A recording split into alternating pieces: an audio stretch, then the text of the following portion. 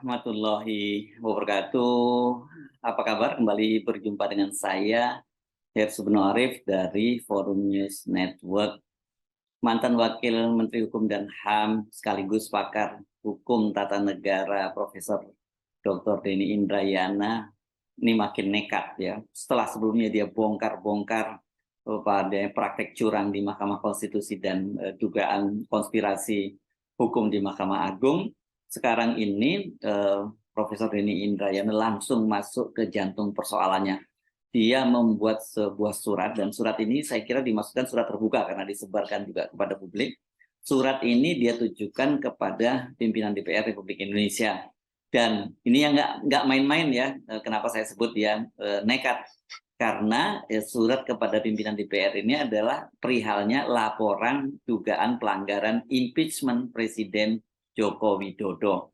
Suratnya ini ditulis pada hari ini, tanggal 7 Juni 2023, dan dia tulis dari kota tempat dia sekarang bermukim, yakni di Melbourne, Australia. Apa dasarnya sehingga dia kemudian membuat laporan dugaan pelanggaran impeachment terhadap Presiden Jokowi? Karena ini nggak main-main ya.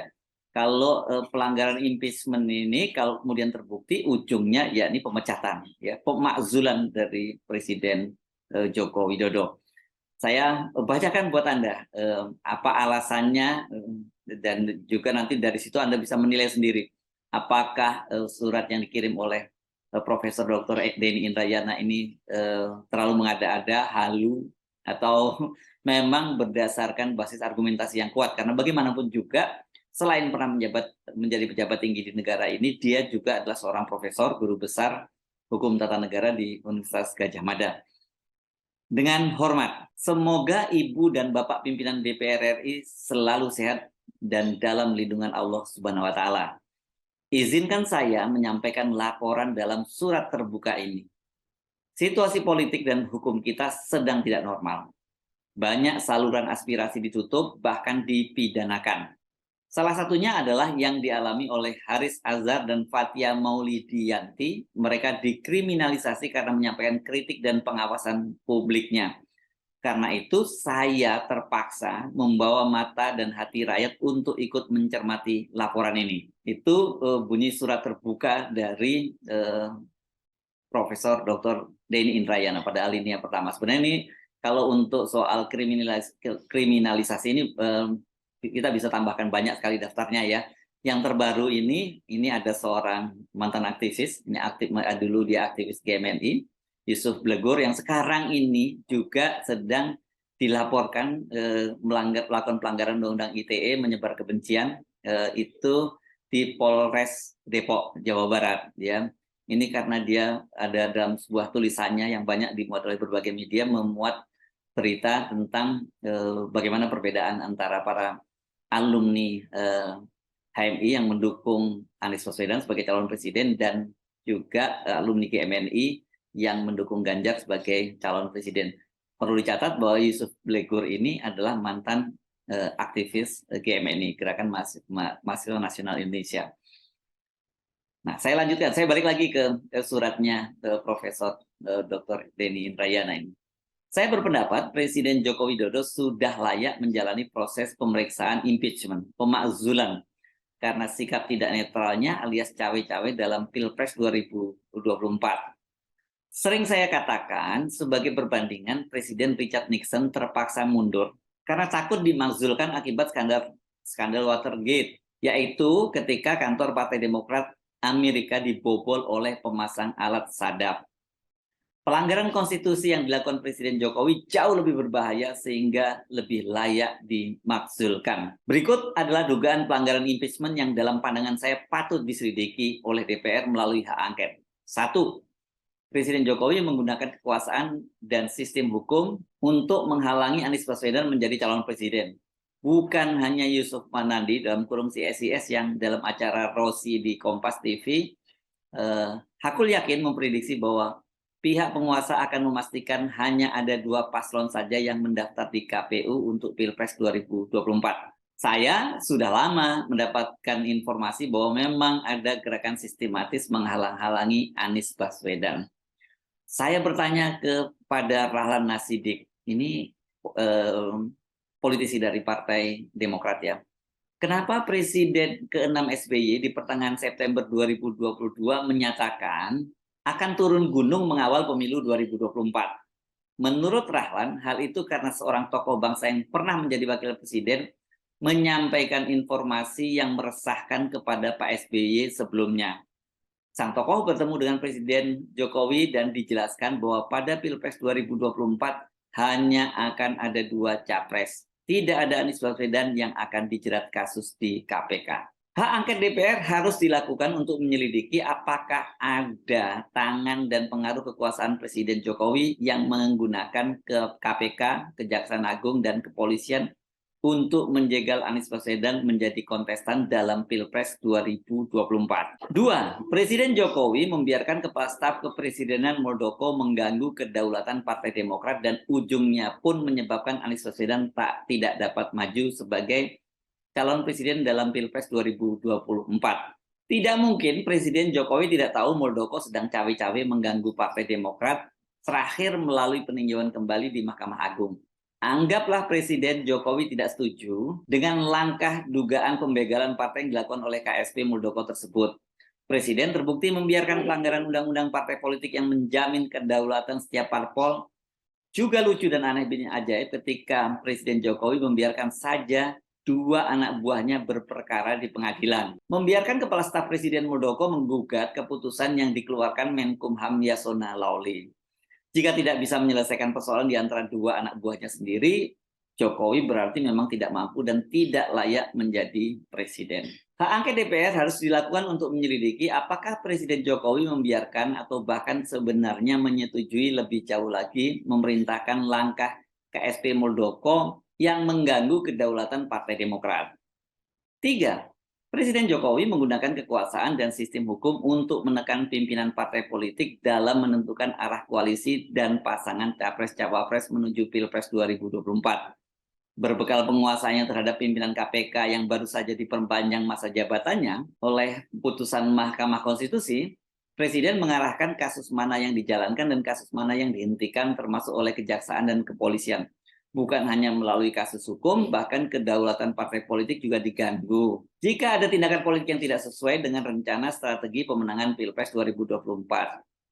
Suharto Monoarfa misalnya diberhentikan sebagai ketua umum partai.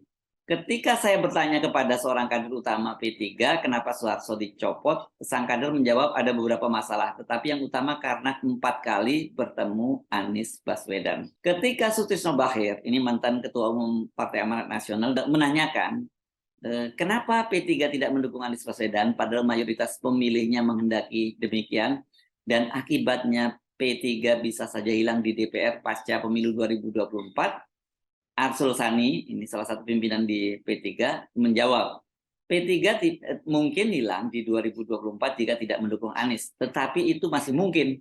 Sebaliknya, jika mendukung Anies sekarang, dapat dipastikan P3 akan hilang sekarang juga, karena bertentangan dengan kehendak penguasa. Hak angket DPR harus dilakukan untuk menyelidiki apakah Presiden Jokowi menggunakan kekuasaan dan sistem hukum untuk menekan pimpinan partai politik dalam menentukan arah koalisi dan pasangan capres-cawapres. Demikianlah laporan dugaan pelanggaran impeachment Presiden Joko Widodo ini saya sampaikan meski sadar bahwa konfigurasi politik di DPR saat ini sulit memulai proses pemakzulan. Sebagai warga negara yang mengerti konstitusi, saya berkewajiban menyampaikan laporan ini. Saya tidak rela Undang-Undang Dasar 1945 terus dilanggar oleh Presiden Joko Widodo dan cawe-cawenya yang bukanlah untuk kepentingan bangsa dan negara, tetapi dalam pandangan saya adalah semata untuk kepentingan pribadi dan demi oligarki bisnis di belakangnya. Ditulis di Melbourne 7 Juni 2023, ditandatangani oleh Profesor Denny Indrayana, SH LLM PhD. Wah, ini luar biasa ya. Saya kira Profesor Denny ini dalam sepekan ini saya kira dia menjadi newsmaker. Semua bukan sepekan, saya kira udah cukup lama, dalam sebulan terakhir deh ya. Semua cuitannya maupun tulisan-tulisannya, pendapat-pendapatnya ini menjadi pemberitaan, menjadi trending topik di berbagai media sosial. saya membaca komentar banyak sekali yang mendukung langkah dari Profesor Denny Indrayana, tapi juga banyak yang mengecamnya. Ada yang menganggap dia halu gitu ya. Dan ini memang sempat banyak ditanyakan oleh orang, mengapa Profesor Denny Indrayana, seorang ahli hukum, kemudian mengambil jalan seperti ini yang saya bersama Bung Rocky Gerung ibaratkan dia ini berperan seperti Robin Hood di bidang keadilan gitu, manakala para penguasa, pemilik modal, orang-orang kaya ini mempermainkan hukum, menguasai hukum, dan kemudian digunakan untuk menyingkirkan lawan-lawan politiknya, maka Profesor Denny Indrayana ini bertindak. Dia mungkin bisa jadi dianggap juga melawan hukum, karena dalam kasus misalnya ketika dia menyebut mendapat informasi yang akurat tentang rencana dari Mahkamah Konstitusi untuk mengabulkan gugatan dari gugatan sistem pemilu dari proporsional terbuka menjadi tertutup, itu kan Profesor Denny ini oleh Profesor Mahfud diminta untuk diperiksa oleh polisi ya, dan itu dia juga dilaporkan oleh LSM yang menilai bahwa dia telah membocorkan rahasia negara. Tetapi Denny tetap bergeming, dan dia juga terus bongkar-bongkar, termasuk kasus di Mahkamah Agung berkaitan dengan peninjauan kembali yang dilakukan oleh Kepala Staf Presiden Muldoko yang sedang berusaha merebut kepengurusan dari Partai Demokrat yang didirikan oleh mantan Presiden SBY. Nah, jadi dan dia tahu dia terus jalan terus gitu ya. Saya kira alasan dia masuk akal karena kata dia tahu bahwa ya memang cara semacam ini mungkin dianggap bukan sebuah kelaziman, tapi sebagai pakar hukum dia tahu ini ada celah hukum yang dia bisa manfaatkan. Tapi argumennya juga masuk akal. Sebab kalau misalnya orang hanya berdiam diri saja menunggu Mahkamah Konstitusi memutuskan, kemudian juga menunggu Mahkamah Agung memutuskan, maka sebenarnya sudah tidak ada peluang lagi perlawanan, karena keputusan di Mahkamah Konstitusi itu final and binding, artinya memang sudah upaya terakhir dan mengikat. Sementara dalam kasus Pak Muldoko berkaitan dengan kepengurusan Partai Demokrat itu kan ini di tahapan peninjauan kembali. Tahapan peninjauan kembali ini juga ini upaya hukum yang terakhir gitu, yang sudah tidak bisa lagi diajukan, di challenge lagi, apakah berupa banding atau kasasi PK atau bahkan PK di atas PK gitu. Itu nggak bisa dilakukan. Jadi yang sebelum itu terjadi lebih baik didahului, dan kelihatannya sejauh ini strategi dari Profesor Denny Indrayana ini cukup berhasil, karena dalam kasus kemungkinan kembalinya ke sistem pemilu dari proporsional terbuka menjadi tertutup itu kan mendapat reaksi yang sangat keras dari 8 fraksi di DPR dan juga dari civil society. Kan DPR bahkan malah mengancam akan memangkas kewenangan dari hakim-hakim di Mahkamah Konstitusi. Nah, pertanyaannya apakah setelah dibongkar-bongkar semacam ini, hakim Mahkamah Konstitusi tetap bergeming dan tetap menjalankan skenario yang mereka sudah buat sebelumnya, atau mereka terpaksa tunduk dan kompromi pada kepentingan dan tekanan dari publik.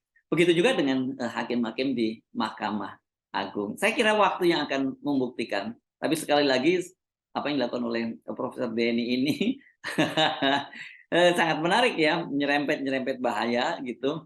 Dan kok saya merasa meskipun sekarang ini kelihatannya adalah upaya paling puncak dia untuk mendorong DPR melakukan semacam pemeriksaan sehingga nanti terjadi pemakzulan terhadap Presiden Jokowi, ini bukan cawe-cawe dia yang terakhir dalam persoalan bangsa dan negara. Saya Hersubun Arif dari Forum News Network. Sampai jumpa lagi. Assalamualaikum warahmatullahi wabarakatuh.